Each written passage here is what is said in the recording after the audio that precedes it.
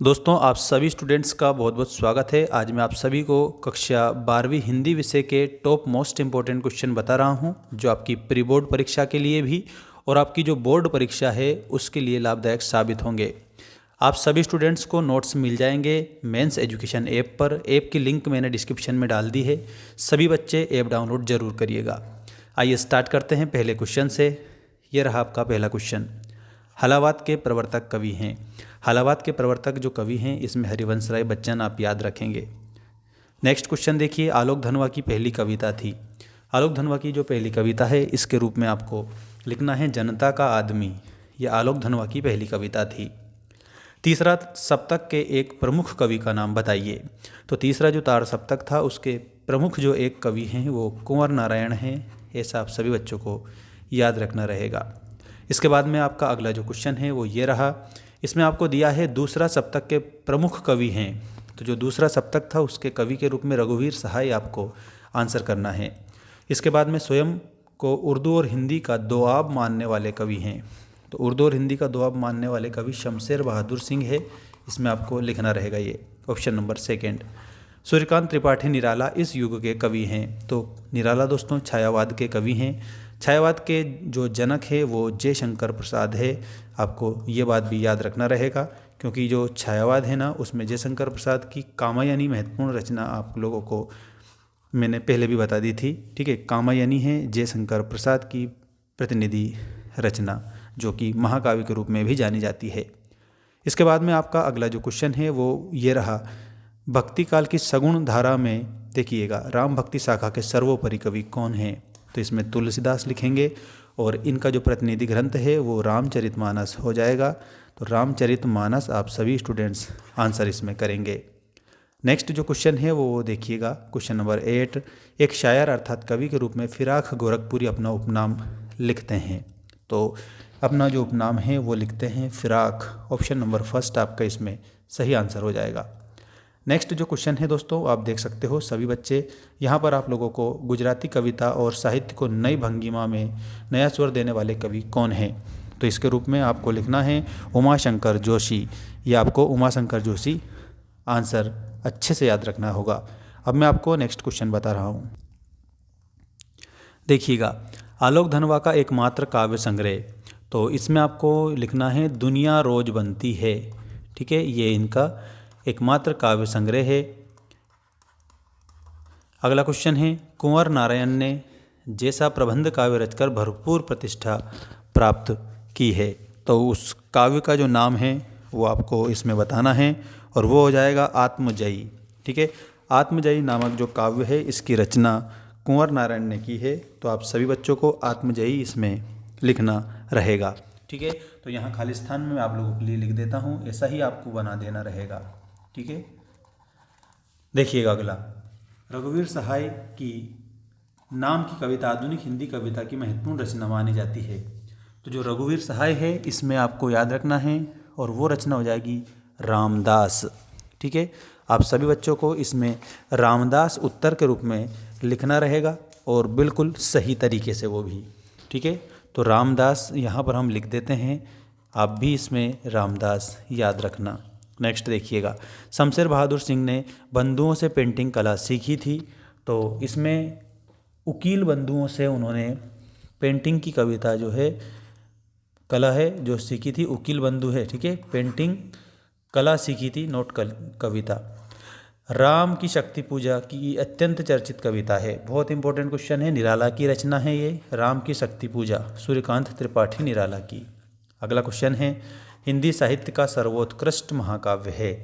तो इसमें रामचरितमानस आप लिख देंगे और ये रामचरितमानस किसका है, तो तुलसीदास जी का है रामचरितमानस।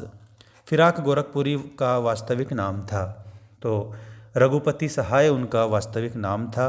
तो आप सभी बच्चों को रघुपति सहाय लिखना होगा, ये फिराक गोरखपुरी का नाम। उमाशंकर जोशी का उपनाम आपसे अगर पूछते हैं तो वासुकी आप बता देंगे सभी स्टूडेंट्स। ठीक है, उमाशंकर जोशी का उपनाम वासुकी था, ये आंसर कर देंगे। अब मैं आपको अगले इंपॉर्टेंट क्वेश्चन बता रहा हूँ, याद रखिएगा एक भी क्वेश्चन आपको छोड़ना नहीं है, सब कुछ याद करके जाना है। देखिएगा, सत्य असत्य में मधुशाला हरिवंश राय बच्चन की सुप्रसिद्ध काव्य कृति है। तो इसमें पहले में आपको लिखना है सत्य। अगला देखो, काट का सपना आलोक धनवा का लोकप्रिय काव्य संग्रह है। तो इसमें आपको असत्य लिखना होगा। ठीक है, ये आपका असत्य हो जाएगा। नेक्स्ट है, कुंवर नारायण ने कविता लेखन का आरंभ अंग्रेजी भाषा से किया था। तो ये बात बिल्कुल सत्य है, क्योंकि अंग्रेजी भाषा से ही उन्होंने लिखना स्टार्ट करा था। रघुवीर सहाय की आरंभिक कविताएं अज्ञेय के द्वारा संपादित तीसरा सप्तक में प्रकाशित हुई थी। तो इसमें आपको असत्य लिखना है। ठीक है, नेक्स्ट देखिएगा, काल तुझसे होड़ है मेरी शमशेर बहादुर सिंह की रचना है। ये बात बिल्कुल इसमें सत्य लिखेंगे। तुलसीदास कविता तो देखिएगा, तुलसीदास जी की कठिन छंद साधना का प्रतिमान है। बिल्कुल इसमें आप लोगों को क्या लिखना रहेगा, कठिन छंद साधना उनके लिए नहीं थी, क्योंकि वो तो इंटेलिजेंट थे। ठीक है, तो सरल थी उनकी। अगला देखिएगा, तुलसीदास जी लोक मंगल की साधना के कवि के रूप में प्रतिष्ठित हैं। तो ये बात बिल्कुल सत्य आप लिखेंगे, क्योंकि लोक का मंगल अर्थात लोगों का मंगल हो, ऐसा वो चाहते थे। गुले नगमा के लिए फिराक गोरखपुरी को ज्ञानपीठ पुरस्कार मिला था। ये असत्य आप लिखेंगे। ठीक है, इसमें आपको असत्य लिखना है। उमाशंकर जोशी प्रगतिवादी काव्य धारा के कवि हैं। तो इसमें आपको असत्य लिखना होगा। ठीक है, असत्य आपका इसमें आंसर हो जाएगा। अब मैं आपको अगले इम्पोर्टेंट क्वेश्चन बता रहा हूँ, ध्यान से देखेंगे सभी बच्चे। देखिए, हरिवंश राय बच्चन द्वारा लिखित एकमात्र डायरी का नाम है। तो उनके द्वारा लिखित एकमात्र डायरी है और उसका नाम है प्रवासी की डायरी। ठीक है, इसमें आपको प्रवासी की डायरी आंसर करना होगा सभी बच्चों को। अगला क्वेश्चन है, ब्रूनो की बेटियां किस कवि की रचना है। तो वो आलोक धनवा आप लिखेंगे। इसमें आलोक धनवा आपका सही उत्तर हो जाएगा। नेक्स्ट है, साहित्य का धंधा ना करना पड़े इसलिए समानांतर रूप से अपना पैतृक धंधा भी चलाना उचित समझा। ये कथन किस साहित्यकार का है। तो ये कुंवर नारायण का है। इसमें आपको कुंवर नारायण आंसर लिखना रहेगा। अगला देखो, रघुवीर सहाय की किस कृति में कविता कहानी निबंध का अनूठा संकलन है। तो वो है सीढ़ियों पर धूप। ठीक है, इसको मैं थोड़ा ऊपर लिख देता हूँ, इसका आंसर यहाँ ऊपर है, याद रखिएगा। सीढ़ियों पर धूप, ये आप लिखेंगे। अगला है, शमशेर बहादुर सिंह कौन से तार सप्तक के महत्वपूर्ण कवि हैं। तो इसमें आपको लिखना है दूसरे तार सप्तक के महत्वपूर्ण कवि हैं। तो दूसरे तार सप्तक इसमें आंसर कर देंगे। सूर्यकांत त्रिपाठी निराला ने किन पत्रिकाओं का संपादन किया था। तो दोस्तों, निराला ने समन्वय और मतवाला का संपादन किया था।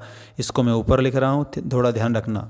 समन्वय व मतवाला, ठीक है, इनका संपादन कार्य किसने करा था, निराला ने करा था। निराला छायावाद के कवि हैं, ये बात भी आपको याद रखना है। अगला देखो, तुलसीदास जी की कृत कवितावली किस भाषा में विरचित काव्य है। तो कवितावली ब्रज भाषा में लिखी गई है। तो आपको इसमें ब्रज भाषा याद रखना होगा सभी बच्चों को। ठीक है, इस तरीके से आप इसे ब्रज भाषा के रूप में कंप्लीट करेंगे। अब नेक्स्ट आप देखेंगे, ये आपका अगला क्वेश्चन आ चुका है। इसमें आपसे पूछा है, फिराक गोरखपुरी को 1968 में साहित्य एवं शिक्षा के क्षेत्र में उत्कृष्ट योगदान के लिए किस प्रतिष्ठित सम्मान से सम्मानित किया गया था। तो दोस्तों, इनको पद्म भूषण सम्मान से सम्मानित किया गया था। तो इसमें आपको पद्म भूषण लिखना रहेगा सभी बच्चों को करेक्ट आंसर के रूप में। ठीक है, अगला आपका जो क्वेश्चन है वो ये रहा आपकी स्क्रीन के सामने। गांधी जी पर लिखित उमाशंकर जोशी का लोकप्रिय काव्य ग्रंथ कौन सा है। तो गांधी जी पर लिखित जो है उमाशंकर जी का विश्व शांति। ठीक है, इसमें आपको लिखना है विश्व शांति, ये आपका सही उत्तर हो जाएगा। बाकी नेक्स्ट वीडियो में आपको और भी इंपॉर्टेंट क्वेश्चन देखने को मिलेंगे।